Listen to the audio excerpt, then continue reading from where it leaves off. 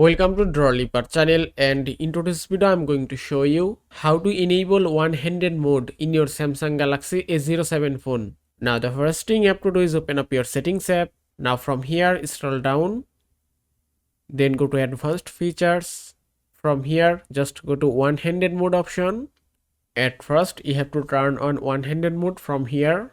Then you can find two options which you can use to enable one-handed mode. One is gesture and another is button. If I select button, now you have to double tap on the home button to enable one-handed mode. So just do it, and that's it. You can see one-handed mode has been enabled successfully.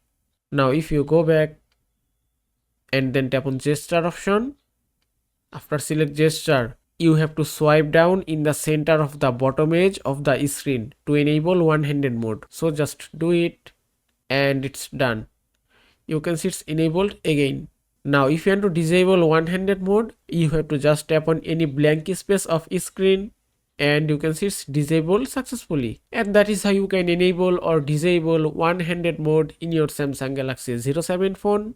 I hope this video was helpful. If it was, please give it a thumbs up and don't forget to subscribe.